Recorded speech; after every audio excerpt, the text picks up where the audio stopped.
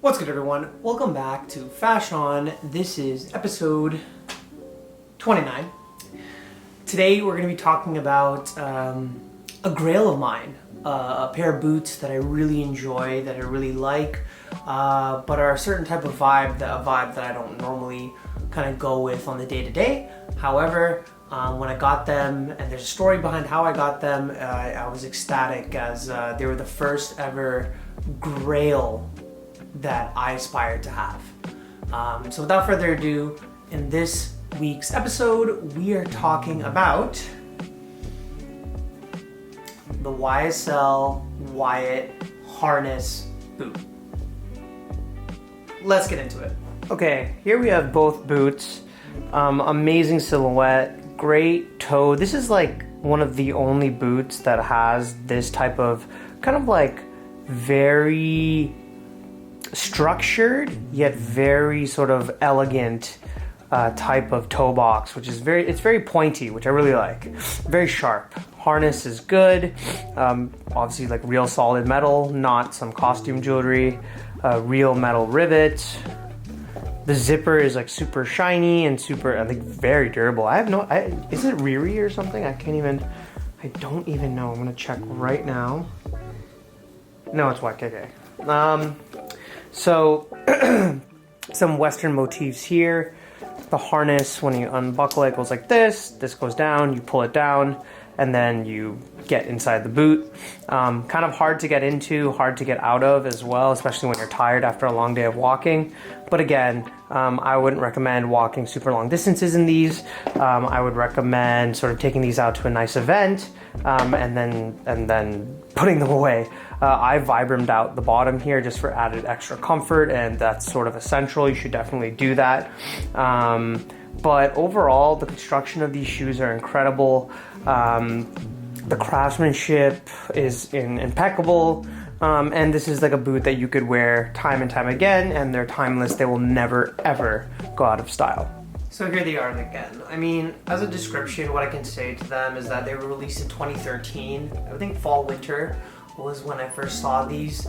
I believe Hedi Slimane, when he did release these, he was inspired by the harness boot from Fry, actually, which I love. Probably one of the best harness boots out there. And super durable and long-lasting. I love Fry as a company. But anyways, going back to Saint Laurent. So he was inspired by Fry, and wanted to create his own take on things, and came out with this. So you definitely have some Western style influencing here or on the vamp, right? And then you have the toe box that is, of course, a lot slimmer and a lot sharper than something you'd find at the Fry.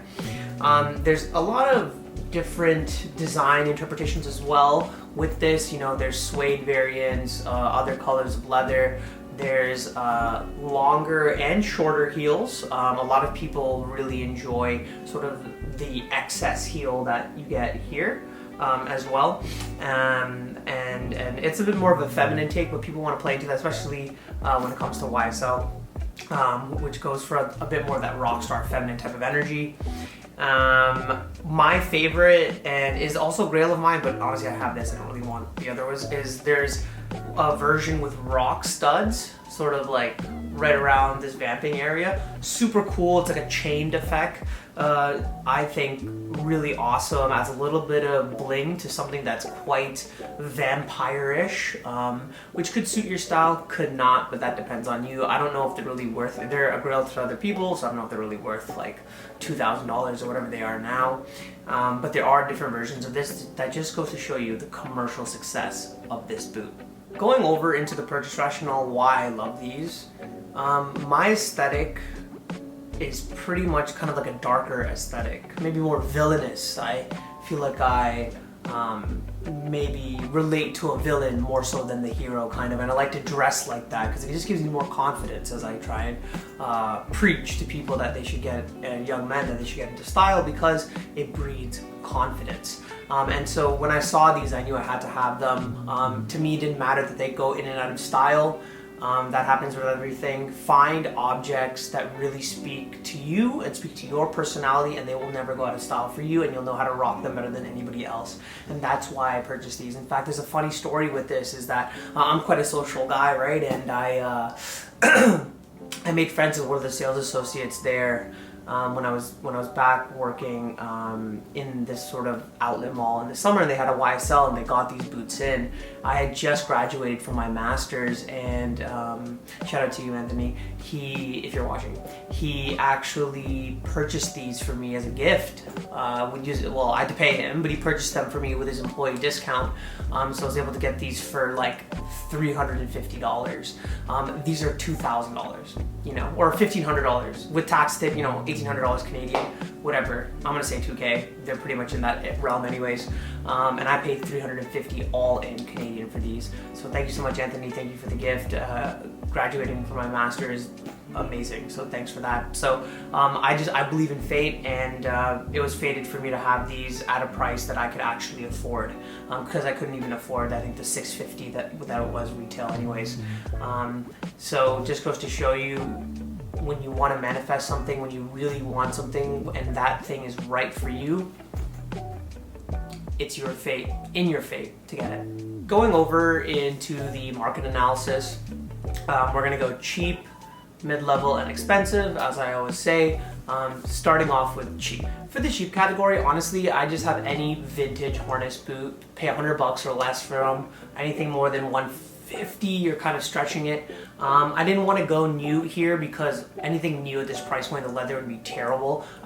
Like the best recommendation from me, and hopefully I'll put some listings that I've personally seen, maybe locally or on eBay internationally, for you to see some different price points of what you can get. But you can get an amazing array of stuff for less than $100. Harness boots, real leather, made in North America, maybe even made in Italy or Portugal, you know, depending on if that shop knows what they have or not. And all you got to do is you have to just take it to the cobbler. Just take it to the cobbler after, spend about $50 to $75 putting Vibram on the bottom, getting it cleaned, getting it conditioned and moisturized, and you're gonna have basically a brand new boot for $150. And way better than anything that you can get from that garbage that would be fast fashion or anything like that, you know? So definitely for cheap, go the vintage route.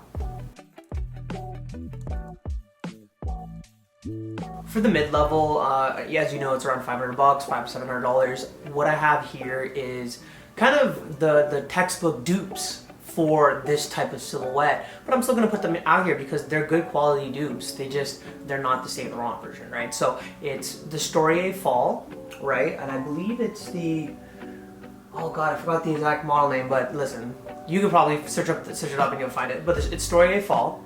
And then it's From the First. So Storie Fall and From the First. They both create these sort of YSL boot dupes that you can get for half the price, or even 1/3 the price of YSL. You can probably find it locally if people are selling them for really cheap. So you can go with that. I think one of them is called like the Wyndham boot, something like that. So check those out if you can. But those two brands do make a great dupe that works really well, that still has that great pointy silhouette, still that sort of vampire look, and still constructed well, honestly. Still, and it's handmade. Like both of their stuff is handmade, so it works out. Third recommendation, which I don't normally try and give you too many options. I think that's more of a detriment to you guys. But the third option that I have is actually the Fry harness boot, the one that started it all. I think people have had their Fry harness boots. They take care of them, take them to the cobbler 20+ years, and they still look fresh. I have a pair of, I think, Fry not campus boots, but it's like a cowboy boot, Fry. I got it for $70, a red pair that I love. Took it to the cobbler a couple of times. Brand new, basically, you know, fresh and super comfortable. So I would definitely recommend those three within the middle space category, or maybe even a used pair of YSLs. Lastly, this will be short, is the expensive category. I couldn't really find something super duper expensive for the harness boot specifically, but I do have one from Balenciaga that I do actually like. It's just too expensive. It's called the Memphis boot, harness boot with a Cuban heel. Interesting combination. Usually you have the Cuban heel without the harness, or the harness without the Cuban heel, so it's either or. But yeah, great looking boot. I think it might be a bit too design focused, like it's a bit too design heavy. I think it's over designed a little bit, but still, it's $2,000 at that price point by the YSL, right? So those would be the three sort of tiered categories. I would definitely recommend either, you know, getting a vintage or that fry harness boot. Okay, we talked about everything: description, purchase rationale, market analysis. Let's go into the most important part of these videos where I teach you how to style these boots. On the head, we have the Celine flat wool hat toque, the Z17, I believe, or Z18 mask, I think it's Z18 mask glasses, a vintage leather tie, J.W. Anderson Uniqlo white shirt, my Valence blazer, our legacy belt that you can't see, Wrangler denim, and the boots. Okay, here's the fit. Try to go as YSL as possible with this, but you can also change these boots up if that's what you desire to different sort of styles. Now, as you know, we're going to be going into fit, contrast, and proportion, my proprietary framework to style anything and everything.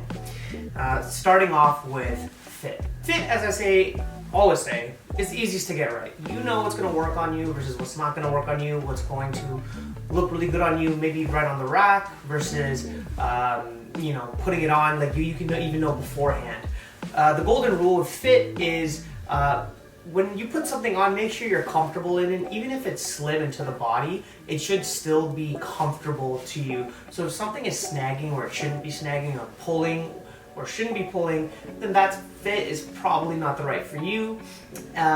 Also, if something is too loose where it loses its structure and it's meant to be slim, probably too large for you as well. So you just want to make sure that when you are looking into all of these things, that the fit, which is really important for your comfort wearing something throughout the day, make sure that that's on lock. Next, we have contrast, and it's split into two different categories: contrast in colors and contrast in textures. The golden rule with contrast, I should say, is you have to complete the circle. Now, what do I mean by that? If you're wearing white on some part of your body, then you should probably be wearing white somewhere else on your body. And the whole reason why we do this is because we want balance and harmony throughout the entirety of the outfit. You don't want concentration of color in one area of the outfit. An outfit is greater than the sum of its parts, meaning you have to balance the entirety of the fit, and that's how you have a truly excellent outfit where you will get compliments and you will feel the most confident. Getting into it, you know, black over here, black, kind of like a darkish blue, but can be seen as black as well on the hat, or sorry, on the tie. Hat is also black. White on the logo here. One of the only items I have, by the way, that has a logo. And white for the shirt, and then black, and then black. So you completed the circle on black and white. Fairly simple today. But again, if you have large amounts of color, you want to balance it out throughout the entirety of the outfit. Next, we have contrast and textures. This one's very easy. If you have high pile, you need to also mix in high pile somewhere else on your body to again give you that balance. I don't have any high pile on me. Everything is either low pile or pretty much no pile. There's even if you want to, if you can, it's kind of nitpicky, but you can do leather and leather, so that's been taken care of. Everything else is either cotton or wool. So, I mean, those go well with each other. Realistically, the contrast and textures portion, and whenever I get an item that has this, I will do it. But whenever we do contrast and textures, it's really only if you have something like a mohair or something super noticeable where you're gonna have to balance the rest of it out on your body. And lastly, we're doing proportion. So, just wanna make sure. Okay, good, we're on time. Proportion is the hardest to get right. As I always say, you need to know how your body works above all else, and relative to that, what clothing options work the best with your body type as it currently sits. And with this, with YSL is sexy. The sexiest proportion or silhouette that I like to leverage is the hourglass. So you can see here, I have a belt as well underneath that just cinches things over here. This is more of a slim fitting blazer as well. But honestly, if I could, I would just do this. I would try and like pull it here and just cinch it at the waist, just giving me more definition around my waist and my core. But anyways, I wish I had that. I don't have that. So you definitely want something that goes up at the shoulders, down at the waist, back, forward, out, straight out. with the boots, right? With the sharpness of the boots, something sharp to go along with the sharpness of the boots. So this Valence blazer is great for that. But like I said, with proportion, if you want to style anything and everything, make sure that you're leveraging a proportion that human beings have seen before. I always say pick geometry class. Triangles, inverted triangles, rectangles, squares, something that is easy to look at on the guys. Hourglass is the easiest one. I always had to learn that one first because it's also the nicest to look at, and people have been leveraging the hourglass silhouette for a very long time. But that's it, guys. Hope you enjoyed this one. Next episode, we're going to be doing something a little bit different and a bit more educational for the channel versus just styling through the vector of product reviews. But until that, I will see you in the next one. Peace.